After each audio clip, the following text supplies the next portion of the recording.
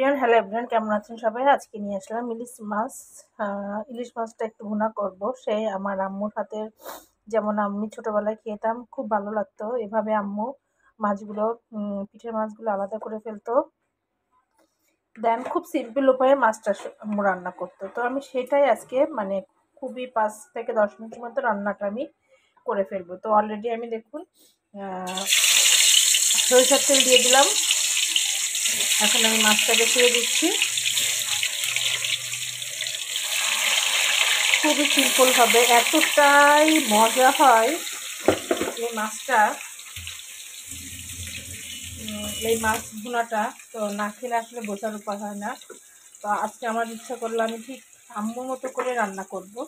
তো ঠিক আছে, আমি মাছটাকে একটু ভেজে নিতে থাকি সরিষার তেলের ভিতর।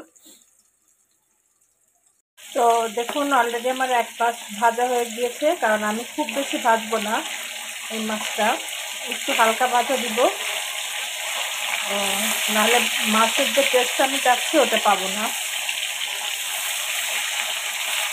তো এটি দেখুন আমি খুব একটা ভাজা দেয় নাই, একটু হালকা ভাজা দিয়েছি, এবং সরষের তেলের সাথে মাছের যে তেলটা সেটাও অলরেডি উঠে এসেছে।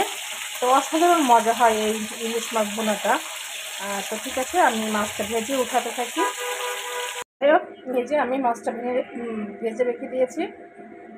এখন আমি যেটা করব সেটা হচ্ছে, আমি এখানে কিছুটা কালো জিরে একটু ফোড়ন দিয়ে দিব, দেখতে পাচ্ছেন। বেশ পরিমাণ মতো একটু কালো জিরে আমি দিয়ে দিলাম ফোড়ন। আর এখানে আমি কি রেখেছি, আমি দেখুন পেঁয়াজ, বেশি করে পেঁয়াজ এবং মরিচ কুচি রেখেছি। তো এটাকে আমি এখন সব দিয়ে দিব। বেসিক্যালি এই রান্নাটা একটু পেঁয়াজের পরিমাণটা বেশি লাগে, ঠিক আছে। তো এখন আমি এই পেঁয়াজটাকে একটু পিঙ্কিশ কালার পর্যন্ত ভাজতে থাকবো, খুব বেশি ভাজা যাবে না পেঁয়াজটাকে। আর এখন যেটা করব সেটা হচ্ছে, আমি সাথে একটু পরিমাণ মতো লবণ অ্যাড করে দিব। দেখুন, ঠিক আছে, পরিমাণ মতো আমি লবণ অ্যাড করে দিলাম।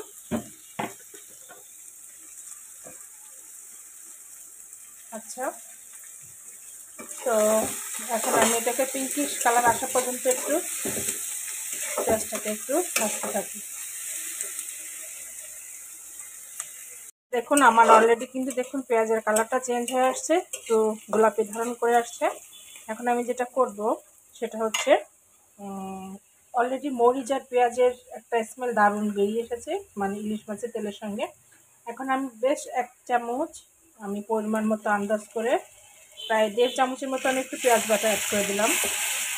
কিছুই না, বললাম না, একদম সিম্পল রান্না, কিন্তু খেতে কিন্তু অসাধারণ স্বাদ হয়। তো ঠিক আছে, পেঁয়াজটা একটু ভেজে আমি কাঁচা ভাবটা নিয়ে নিলাম, মানে সরিয়ে ফেললাম। অ্যান্ড দেন এখন যেটা করবো, এই যে দেখুন আমি এখানে কি করছি, মানে 1/2 চামচের মতো হলুদ গুঁড়া এবং 1/2 চামচের মতো মরিচ গুঁড়া দিয়ে দিচ্ছি একটু পানিতে গুলিয়ে। তো এটাকে দিয়ে এখন আমি খুব ভালো করে একটু মশলাটাকে কষিয়ে নিব। ওকে, মশলাটাকে একটু কষিয়ে নিব। দেখুন কি দারুণ একটা মানে কালার চলে এসেছে। তো এটাকে একটু কষাতে থাকি। ওয়াও, দেখুন খুব সুন্দরভাবে মশলাটাকে আমার কষানো হয়ে গিয়েছে।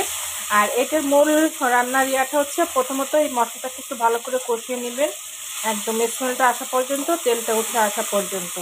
তো এটা হচ্ছে মূল টেস্টটা আসবে রান্নার মূল যে মানে ইয়াটা। তো আমার অলরেডি দেখুন মশলাটা কষে আসছে। এখন যেটা করব সেটা হচ্ছে, আমি এখন এখানে পরিমাণ মতো পানি অ্যাড করে দিব।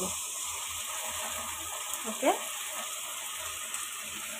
ওয়াও, দেখুন কত সুন্দর একটা মানে কালার চলে এসেছে, এবং মানে মরিচ, কাঁচামরিচ, কালো জিরার যে একটা ভেসে উঠেছে, কত সুন্দর লাগতেছে।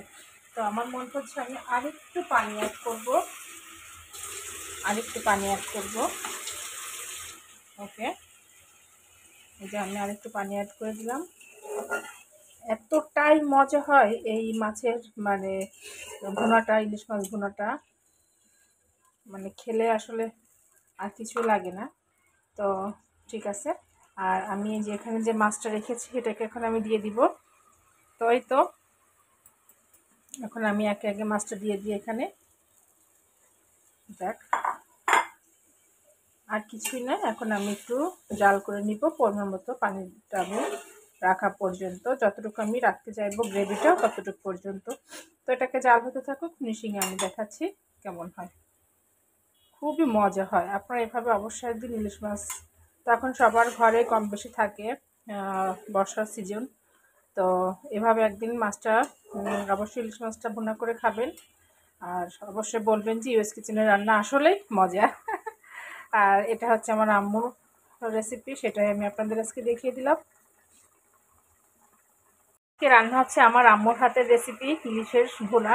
তো অলরেডি দেখুন একদম প্রায় হয়ে এসেছে, কি সুন্দর একটা কালার চলে এসেছে উপরে, মানে দেখতেই একটা ইয়ামি লাগতেছে না?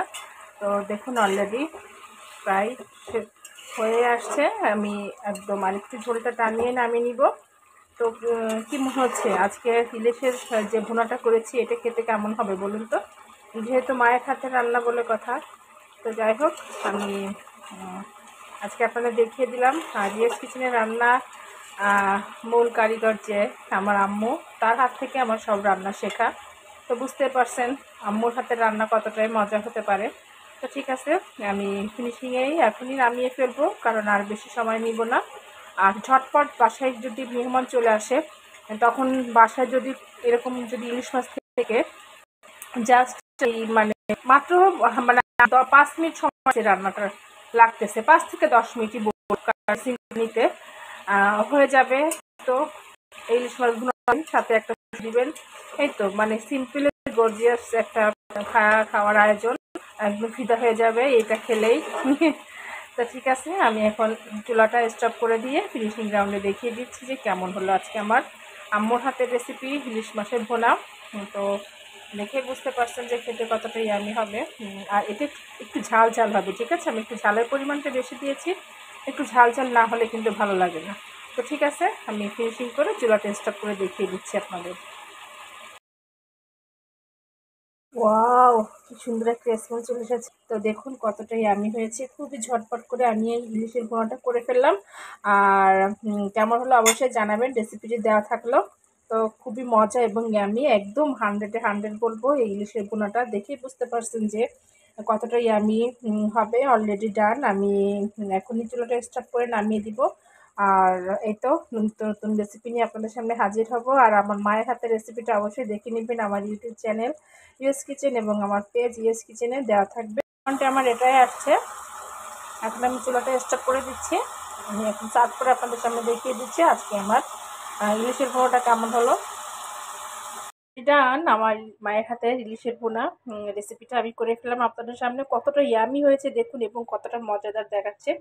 তো এটাই হচ্ছে আজকে আমার ইয়েস কিচেনের আয়োজন। ইলিশ মাছ থাকতে থাকতে অবশ্যই এই রেসিপিটি কিন্তু করে ফেলবেন। আর অবশ্যই আমাকে জানাবেন কেমন হলো আজকের রেসিপি, এবং এভাবে রান্না করে খেয়েও জানাবেন যে আসলে কেমন আমার মায়ের হাতের রান্নার রেসিপিটা। তো ঠিক আছে, সবাই ভালো থাকবেন। আজকে আমি খুবই অল্প সময়ের মধ্যে ঝটপট একটা রেসিপি করে আপনাদের সামনে দেখিয়ে দিলাম ইলিশের ভুনা। খুবই আমি একটু এরকম হালকা হালকা গ্রেভি গ্রেভি থাকবে, দেখতে পারছেন। তো যাই হোক খুবই মজা হয়, গরম ভাতের সাথে খেয়ে ফেলবেন ইনশাল্লাহ, আর কিছুই লাগবে না। তো ঠিক আছে, আবারও নতুন নতুন কোনো রেসিপি নিয়ে আপনাদের সামনে হাজির হব। ওকে, আল্লাহ হাফেজ।